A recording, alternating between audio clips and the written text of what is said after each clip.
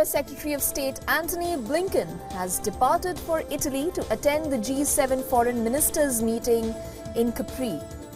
The G7 meet will bring together the foreign ministers of Italy, Canada, France, Germany, United Kingdom, Japan, the European Union and the United States. And this will be to discuss various geopolitical and economic issues. At the G7 summit, the key issues that are expected to be discussed include response to Iran's aerial attack on Israeli territory and growing concerns about China helping Russia to build up its military strength against Ukraine.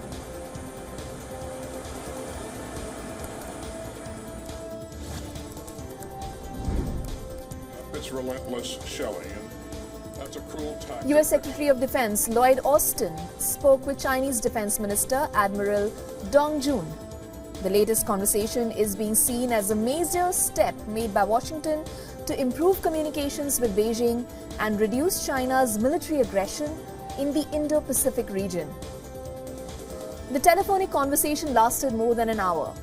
Notably, this is the first time Austin has spoken to June since November of 2022. Now, the talks come at a time when Secretary of State Antony Blinken is expected to visit China to raise Beijing support for Russia's defense industrial base. Washington and Beijing have been working to expand communications and ease escalating tensions stalled in August of 2022, after the then House Speaker Nancy Pelosi's visit to Taiwan.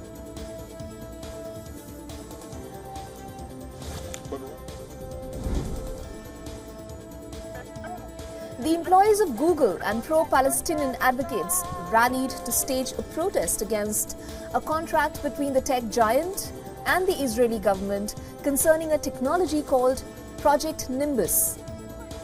The protesters have demanded Google to drop Project Nimbus, which is $1.2 billion contract between Google and Israel.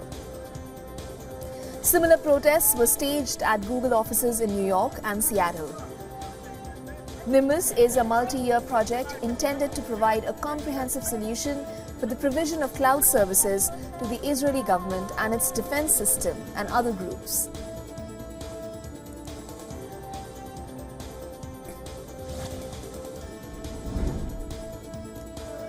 The international frustration grows over Israel's military offensive against Hamas in Gaza, and the nations demanded a ceasefire in the Palestinian territory for the supply of humanitarian aid.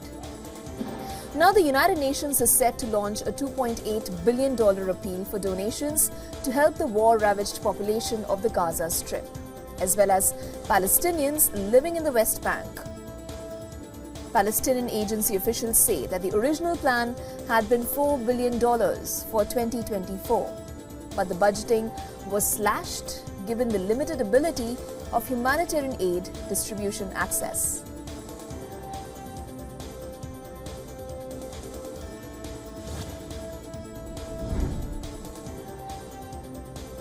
The Israeli armed forces have launched strikes in southern Lebanon, killing 3 people, including a Hezbollah field commander. The Israeli military issued a statement saying Hezbollah commander Ismail Baz has been killed in a strike near Lebanon's Ain Ebel town. The IDF further said that Baz was involved in planning rocket and anti-tank missile attacks on Israeli territory. Iran-affiliated Lebanese militant group mourned Baz's death without elaborating his role in the outfit. The Hezbollah militias and Israeli military have been trading armed exchanges in parallel to the war against Hamas in the Gaza Strip.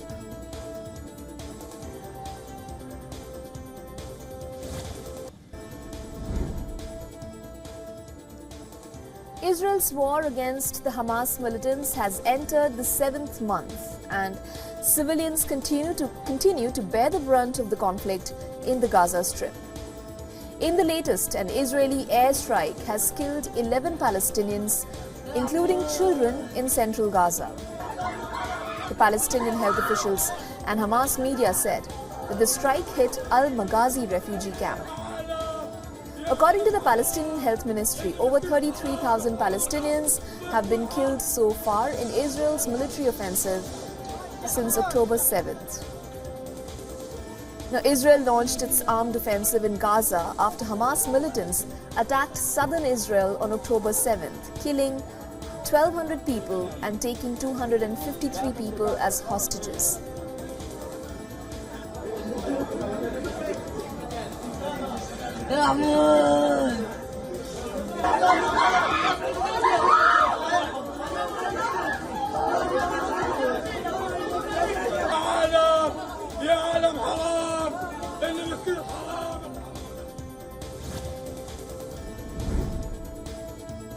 Amid growing calls for a two-state solution in the Israel-Palestine conflict, Spanish Prime Minister Pedro Sanchez has said that an independent Palestinian state should be recognized as soon as possible. During a visit to Slovenia, Sanchez said that Spain will strive for Palestine to become a full member of the United Nations. Now, Sanchez is one of the European leaders who has said that he could support a two-state solution in the West Asian region as the international frustration grows over Israel's military offensive in the Gaza Strip and West Bank. In March, Spain, Ireland, Malta and Slovenia signed a joint statement saying they stand ready to recognize a Palestinian state.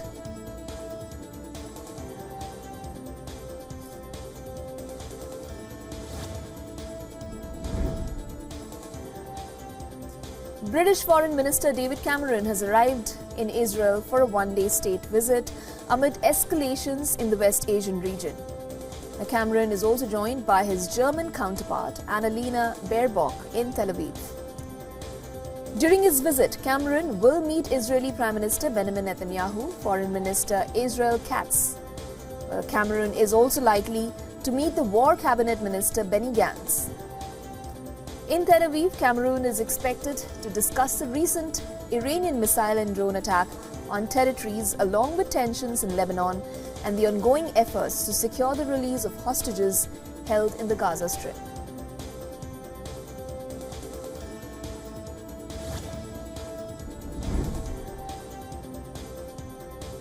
Ukrainian President Volodymyr Zelensky has said that the lack of air defense missiles prevented Ukraine from thwarting the Russian missile attacks that destroyed the nation's biggest power plant around Kyiv. Destroyed in a Russian strike on March 11th, the Tripilska thermal power plant was the biggest energy facility and was built to have a capacity of 1,800 megawatts. In an interview with PBS, President Zelensky also spoke about NATO countries defending Israel, a nation that is not a NATO ally.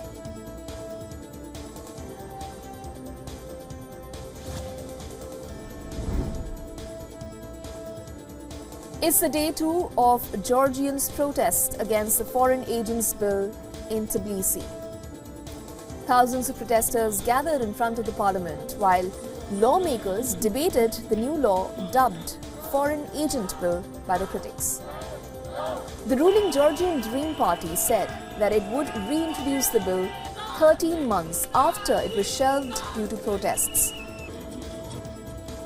The draft of the proposed law calls for media and non-commercial organizations to register as being under foreign influence if they receive more than 20% of their funding from abroad.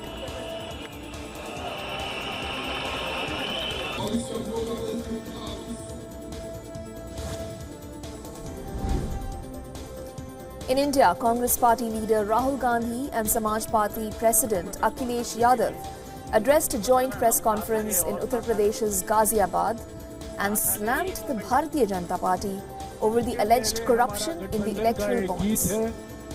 Akhilesh hit out at the BJP, saying the BJP has become a go-down of scamsters by taking money from corrupt people, and the India bloc will wipe the Saffron Party out of Uttar Pradesh. Congress MP Rahul Gandhi called the 2024 elections an election of ideology and said the RSS and the BJP are trying to destroy the constitution and the democratic system while the India Alliance and the Congress are trying to protect the constitution and democracy.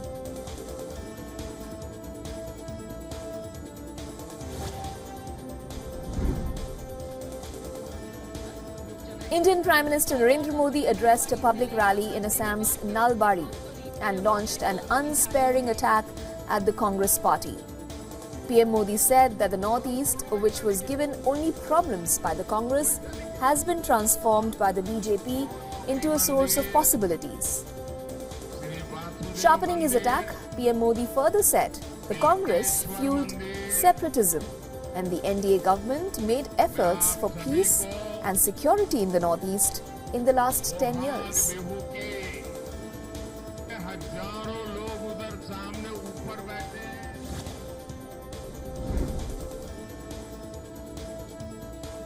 New Zealand Prime Minister Christopher Luxon met his Thai counterpart Srettha Thavisin in Bangkok.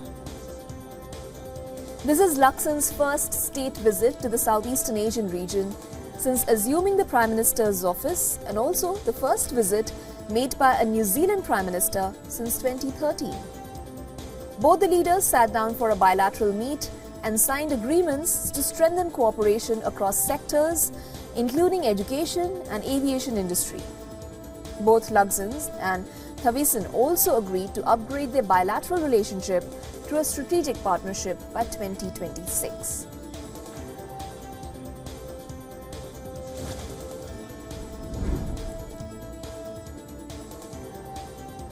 Brazil has issued a statement that it found 9 bodies of Mauritanian and Mali nationals in a boat in the northern state of Para. On April 15th, the Brazilian authorities worked on removing the boat carrying decomposing bodies off the coast of Bragança. The boat was found by fishermen in an area near Ajurutia beach in Bragança on April 13th. Now, the investigations are underway to clarify the cause of death and what happened with the vessel.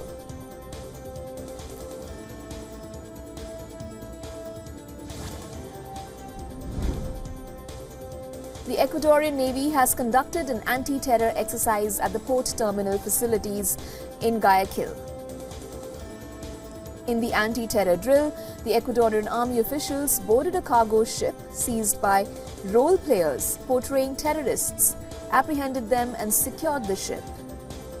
In April of 2023, Ecuador's Security Council declared terrorism a threat to the national security and implemented measures to combat criminal groups.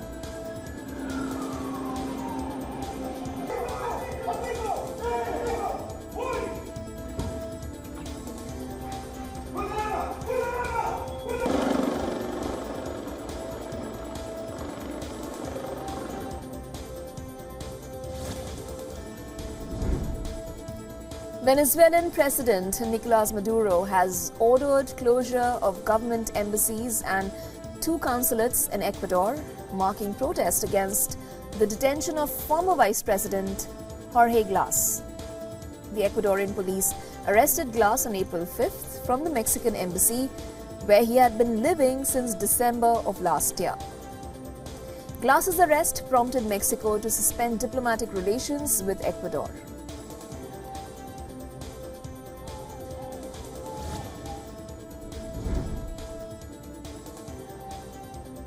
Heavy rains are causing worry in the United Arab Emirates. Dubai's major international airport diverted scores of incoming flights as heavy rains caused widespread flooding around the desert country. The world's busiest air hub for international passengers confirmed a halt to arrivals before announcing a gradual resumption more than 2 hours later. Now, Dubai received a year's worth of rain in a day as some inland areas of the UAE recorded more than 80 millimeters, which is 3.2 inches of rain over 24 hours.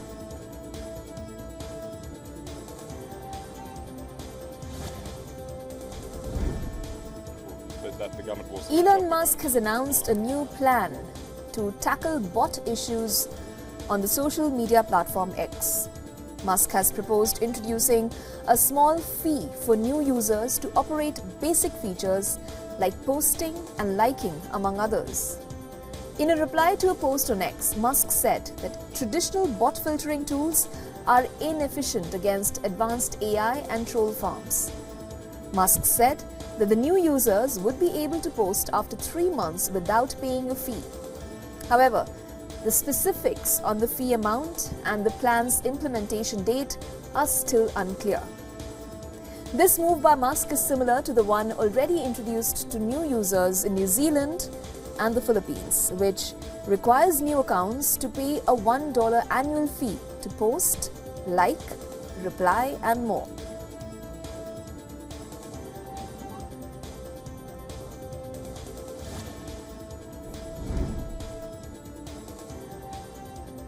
Artificial intelligence technology is helping industries globally, and this is the latest. The New York State Tax Department is using AI to hunt down wealthy remote workers. The department is sending out AI-generated letters. The letters are mostly being sent to people who have changed their permanent address or are working remotely. Understand that during the pandemic, many wealthy individuals and families moved from high-tax states like California and New York to low-tax states like Florida and Texas. The State Tax Department claims the change of address was done in an illegal manner. Now, most of these residents did not pay the tax. They instead moved and took their tax dollars with them.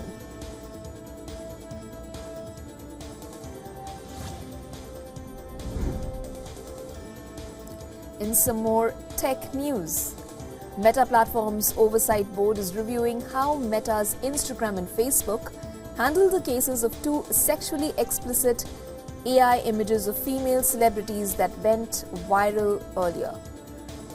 The board will use the AI-generated images to evaluate Meta's policies and enforcement practices around AI-generated pornographic content. The AI-generated viral images were of 2 female public figures who were not named by the review board to prevent further harm to the women. Now, AI advancements have made fake images indistinguishable from real ones. This has led to a rise in online sexual fakes that mostly target women. Industry leaders are advocating for laws to criminalize the harmful creation of deep fakes.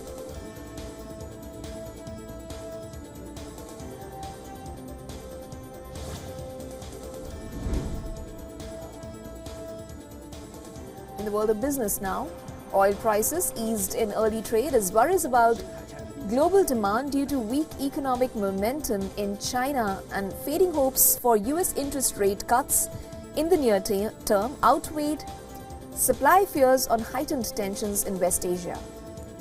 Oil prices have softened so far this week as economic headwinds pressured investor sentiment, curbing gains from geopolitical tensions.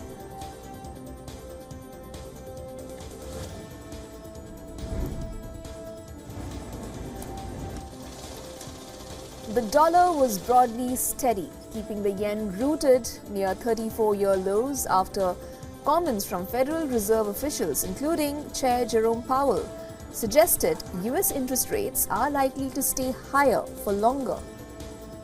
Top US central bank officials, including Powell, backed away from providing any guidance on when interest rates may be cut, saying instead that monetary policy needs to be restrictive for longer. The comments follow a slew of data in recent weeks that highlight the strength of the US economy along with persistent inflation.